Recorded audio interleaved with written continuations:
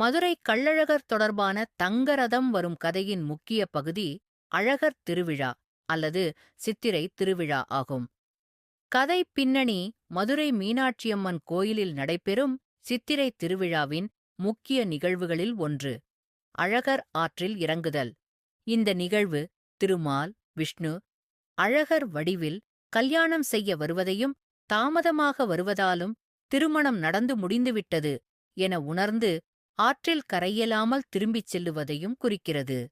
தங்கரதம் வருவதைப் பற்றிய கதை. அழகர் மலை மற்றும் திருமாலின் உறவு. அழகர் மலை அழகர் கோவில் பகுதியில் வீற்றிருக்கும் அழகர் பெருமாள் மதுரை மீனாட்சி அம்மனின் சகோதரராக கருதப்படுகிறார். மீனாட்சி சுந்தரேஸ்வரர் திருமண நிகழ்வுக்கு அழகர் அழைக்கப்படுகிறார்.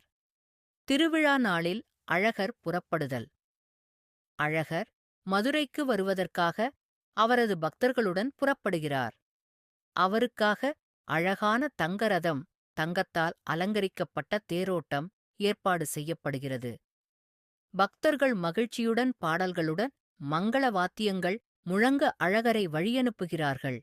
வைகை ஆற்றில் அழகர் இறங்குதல். அழகர் திருமண நிகழ்வுக்கு புறப்பட்டாலும் அவர் அழகான அலங்காரங்கள், வேடங்கள், பல்வேறு கோயில்கள் வழியாக வருவதால் நேரம் எடுக்கிறார்.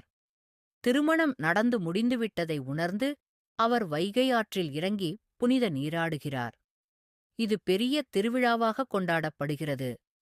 தங்கரதத்தின் மகத்துவம்.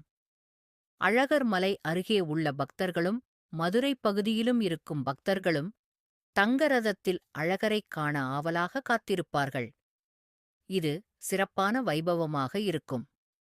ஒவ்வொரு ஆண்டும் பக்தர்கள் தங்கரதத்தை வெகு சிறப்பாக அலங்கரித்து திருவிழாவின் முக்கிய அம்சமாக நடத்துகின்றனர். மக்களிடையே உள்ள பக்தி உணர்வு தங்கரதத்தின் வருகை பக்தர்களுக்கு மிகுந்த மகிழ்ச்சியைக் கொடுக்கிறது. அழகரின் தரிசனம் பெற்றால் எல்லா தோஷங்களும் நீங்கி வாழ்வு வளமாகவும் என மக்கள் நம்புகின்றனர். இந்த வகையில் மதுரை கள்ளழகரின் தங்கரத வருகை ஒரு முக்கிய ஆன்மீக நிகழ்வாகவும் பக்தர்களுக்கு உற்சாகத்தையும் மகிழ்ச்சியையும் வழங்கும் திருவிழாவாகவும் கொண்டாடப்படுகிறது.